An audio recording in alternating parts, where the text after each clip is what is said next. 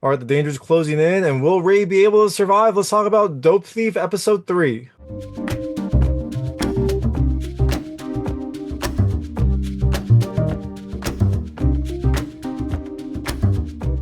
Hey everyone, it's David Stark from Watcher Pass. I'm here to talk about episode 3 of Dope Thief, Run, Die, or Relapse, coming to Apple TV Plus on March 21st, 2025. It is the third episode in this limited series. I believe there's 8 episodes of it.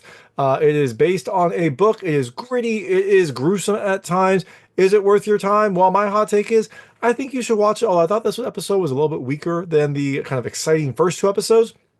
It still has a ton of tension, a very gritty setting, and some brutal effects, but I thought some of the decision making here on all parties involved was a little bit questionable. So, overall, I really enjoyed it. I thought it was really good, but it is definitely the weaker of the episodes, but that's also because Dope Thief episode 1 and 2 were so good. So, all that being said, I'm going to tell you a lot about the episode, a few things I liked, a few things I didn't like, and then really quickly go into a recap. So as you can imagine, there will be spoilers in the recap section. If you don't know what happens in this episode, and you might not, there are some big surprises, especially at the end.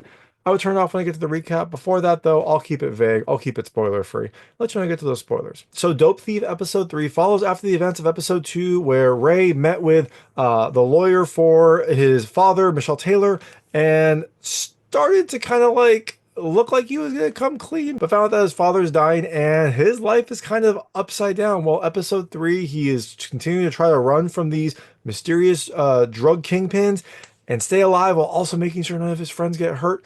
Is he able to do that? Well, we have to watch the episode to find out. So, things I liked about this episode: still love the cast, great cast. This episode deals mostly with Brian Tyree Henry. We still get Marin of all of them. I love the cast in this series. Everyone does a really good job playing like very interesting, kind of like well-developed characters. So I am excited to see where this goes as the drama kind of ratchets up. That leads me to the next thing I loved. I love the drama. There are some very dramatic moments, some very big pivotal moments for Ray's character and some of the other characters as well. I thought it was well done. I thought had some good build up, and it definitely kind of like helped to bring this episode to certain climactic points. And related to that, I still have the tension. The series has a ton of tension. I thought there was some good tension here, especially when you are not sure what's going to happen. There are some moments where you are not sure if Ray and other people involved are going to be able to get out of it, and those are the most tense moments. And the last thing I loved, brutal effects. This series has had some really good effects. There are a couple scenes here that are a little tough to watch. I mean, I was like, you watching it. I like kind of horror movies. I like brutal stuff. But if you are a little squeamish, this is going to be a tough episode for you to watch. So, all that being said, things I didn't love as much. The first, I'll say it's a little bit slower. This is a little bit of a slower episode. It doesn't have as much big action. The first 2 episodes have had some pretty decent action moments. This one is a little bit more on the dramatic side, which means the episode itself progresses a little bit slower. And the last thing I didn't love, and kind of the most egregious, there are some poor decisions on everyone's part in this episode. I will go into that in the recap, but there are just some not great decisions from all the people involved, and I don't really. I mean, it helps to move the story along, helps us get into some key moments, but it doesn't seem like it makes sense given what we have learned so far. So, all that being said, Dope Thief Episode 3 comes to Apple TV Plus on March 21st, 2025. Definitely think you should check it out. And if you do watch it, let me know what you think. Let me know what you liked and didn't like. I'd love to hear it. I'm going to really quickly go into a recap right now. So if you don't know what happens this episode, I would turn it off now because there will be spoilers. So Ray has not heard from Manny. So he goes out looking for him. He's asking around, seeing if people had seen Manny. And I was like, yo, Ray, you should be keeping a low profile. They are after you. You just escaped from some bikers by like running, and one luckily got pinned by a truck and died, but you almost got yourself tackled. Maybe you should keep a low profile because I imagine they are all on you. He's not keeping a low profile. He's asking around. He goes to see Sun and his like mentor, I guess. And Sun basically tells him he's kind of on his own. Stay away. He's got too much to lose. Sun has too much to lose. Ray doesn't have too much to lose, but Sun has too much to lose, which is kind of true. So Ray is kind of on his own, trying to figure out what to do next. He goes by a pawn shop owned by this person named Lee and asks about Manny. Lee says he came in yesterday, so Manny's still alive. Ray thought he was dead or captured, and he dropped about 10 grand on some stuff. And the person won't tell Ray what he bought, but Ray eventually finds a ring hidden in a dresser in Manny's house. He goes to Manny's house to look for him. I'm pretty sure it's his house. Doesn't find Manny, but he finds this package duct taped under a dresser. It's a ring. Meanwhile, the FBI are investigating some reports in the area around where that cookhouse was destroyed. There was a burning van. They found the burnout van, and they also find the license plates and the gun that Manny and Ray threw in the river. So they're getting some more evidence. They realize that the gun is the one that killed the FBI agent who was undercover, Jack, and so it seems like that net might be tightening. Now, later, some biker thugs go to Lee and ask about Ray, and Lee doesn't give them information. He's very cagey about it. So they torture him, and I was like, okay, like, and this scene was really brutal. I enjoyed. I didn't enjoy it, but I liked that it was as brutal as it was. But then they get almost no information from him and kill him. And you're like, it feels like they could have gotten more information. Like they basically ask him and they put a gun to his face and then shoot him. And you're like, they could have done a couple different torture things with him. I mean, they were in there. They might as well have tried to get some more information. They get almost nothing. And then they're like, we can look through his receipts and things like that. Like, are you really going to search through all the receipts to find this information about Ray? I don't think so. So that felt a little weird. That felt like poor decision making. Also, there were two gunshots in this store. First, when they captured Lee, he pulled out a shotgun and fired it, missed them, but that should have triggered something. And then they shot Lee with an unsilenced weapon. So you think two gunshots in a short period of time, someone would call that in. Someone would call the cops. I don't know, maybe it's not a big deal, but it feels like that would be a big enough deal that the cops would maybe come and investigate this. Nope, nothing happened. Bikers kill Lee, I guess supposedly get some information and leave. Now, meanwhile, Ray's mom comes back after her impromptu trip to Atlantic City that Ray kind of like forced her to go to. And Ray eventually tells his mom what's happening. She gets pissed at him, as you would. She thinks that Ray is trying to turn his life around. He is doing some shady business. She gets upset about him. And he like runs upstairs, and upstairs, Manny's hiding. Manny's hiding in the house. And it seems like he's having like either an anxiety attack or on a bender. You're not sure. Feels like it might be an anxiety attack. It feels like he does some drugs. There was a scene in episode 2 where he sniffs some stuff, but feels like it's more anxiety. Now, what he says is he and his girlfriend Sherry had an argument. He went back to his house and the bikers were all over his house, so he ran, didn't know where to go, ended up hiding out in Ray's place. Again, not smart decision making because the bikers already know about Ray, so it feels like they would probably know where Ray's house is, or at least where Ray's mom's house is that he's been stashing stuff and staying. So, not the best decision, but it is what it is. Now, the lawyer, while Ray and Manny are talking, the lawyer calls Ray's mom and says that Ray's father got stabbed. So she is going to the prison to see him, and she wants Ray to drive him. When they get there, uh, Ray stays in the car and Michelle Taylor shows up, the lawyer shows up, and they decide to go have a chat. And while they're there, biker gang starts to kind of um the biker gang starts to kind of like coalesce in this area. It seems like Ray's dad was shivved to like bring him out, and now the bikers are going to try to like close that net. They're at Ray and Michelle are at a restaurant next to the prison, and it starts to get hot because the bikers are getting in there. They like pull out the security camera power. Looks like they're watching Ray and Michelle very, very closely. They both notice this and they decide to bounce when some prison guards also decide to leave, and the bikers know they can't touch Ray and Michelle when there's police officers there, so they let them go. But because of this, someone at the restaurant calls the cops and says that there's a bunch of bikers at the restaurant and it looks like something is going to go down.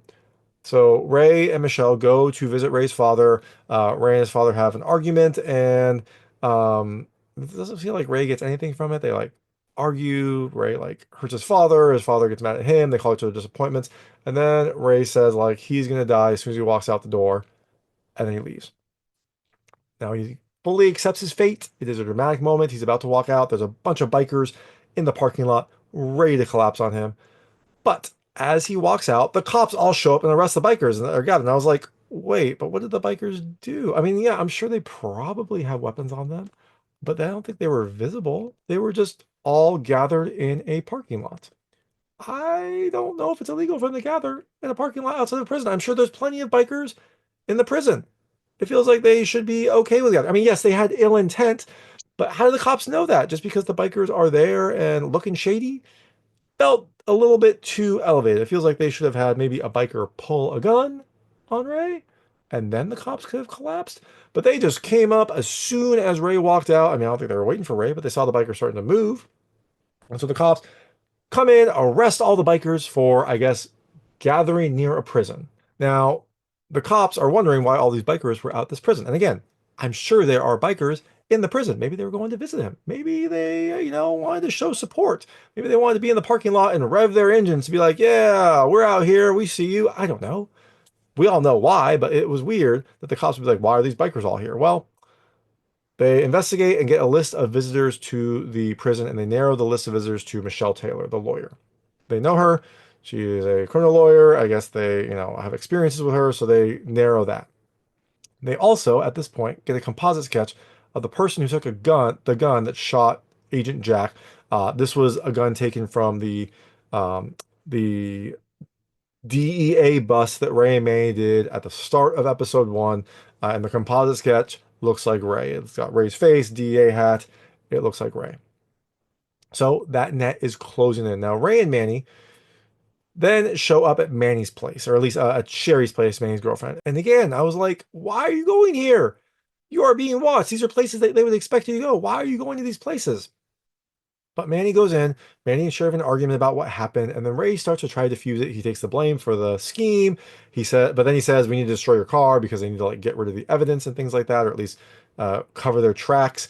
And this is obviously not what Sherry wants to hear. She starts getting mad at Ray, and then Ray says, don't take it on Manny. Manny loves you. And, she says, love is not just words, it's actions. And he's like, but see what actions he did. And he pulls out the ring that Manny bought and like, he was going to give this to you. And I was like, that's a sweet moment. But dude, you kind of like ruined the moment. Because like, if Manny wants to propose, let Manny propose.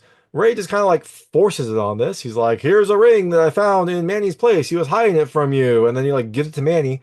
And Manny gets on his knees to propose. And you're like, oh, that kind of ruins this. But I guess that's all okay because I assume she says yes. They start celebrating and Ray goes outside while they celebrate. Now, outside, there's a box. And it says, give us our crap or more heads will roll. And inside, when Manny opens it, is Lee's head. Lee, the pawn shop owner's head. And Ray obviously gets disturbed with this. Manny comes outside saying, hey, Ray, we're celebrating. He's like, no, we're not. No, we're not. And you're like, okay, Ray, what are you going to do with the head? Like, you can't just throw it in the trash. That doesn't seem like a smart move. What are we going to do here? And also, if the bikers were this close, if they knew that Ray and Manny were in this house, why would they leave a box with a head? They've been trying to get them. Why wouldn't they just go in and get them? It's Ray, Manny, and like Manny's girlfriend and Manny's girlfriend's mother. I feel like they could easily take those people on. We don't know if they're armed, but it doesn't feel like Ray and Manny are packing usually. So if they're going to deliver this box with a message, why wouldn't they just take Ray and Manny? Again, poor decisions. It's like a dark night. It's fairly isolated. There are not that many people there. It feels like they could have easily gone in, grabbed Ray and Manny, and completed their mission. But they didn't. They left a box to, I guess, scare them? I don't know. It's weird. They've been trying to get them this whole time. They amassed lots of people to try to get them. And now they have them, and they're like, here's a scary box. All right. Anyways, I mean, it was a good scene. It was a good message. Doesn't really feel like it makes sense with what we have learned so far. So, but that is the end of this episode. That is Dope Thief episode 3. So, what do we know? Well, the big question is how long are they going to be able to run? It feels like the net is tightening on both of them from both the bikers and the FBI. Both people are getting more information on them. Both people are eliminating friends and trying to like close that net around them. Feels like Manny and Ray are not going to be able to run for much longer. Why did they go back to Sherry's place? How long are their families going to be okay? Because it doesn't seem like uh, Ray's mom is going to leave. She is staying there with Ray's dad. It doesn't seem like Manny and Sherry are going to leave. Maybe they will. Maybe they'll convince Sherry and her mom to leave, but I don't know if they'll leave. Are their friends going to stay safe? Clearly, the bikers know where these people are because they were able to locate the prison. They were able to locate this place. So, how much longer are their friends going to be safe? And are they going to be able to survive this? I guess we'll see. And also, now that Michelle Taylor is intimately involved in this, they saw Michelle Taylor. They know that she is the lawyer there. How is she going to get hurt? Is she going to get involved in Ray's case? Well, I don't know. We'll see. But those are all random questions. And also, are they going to start making some good decisions? It feels like this series could have been over very quickly if they would have just gone in and gotten Ray and Manny.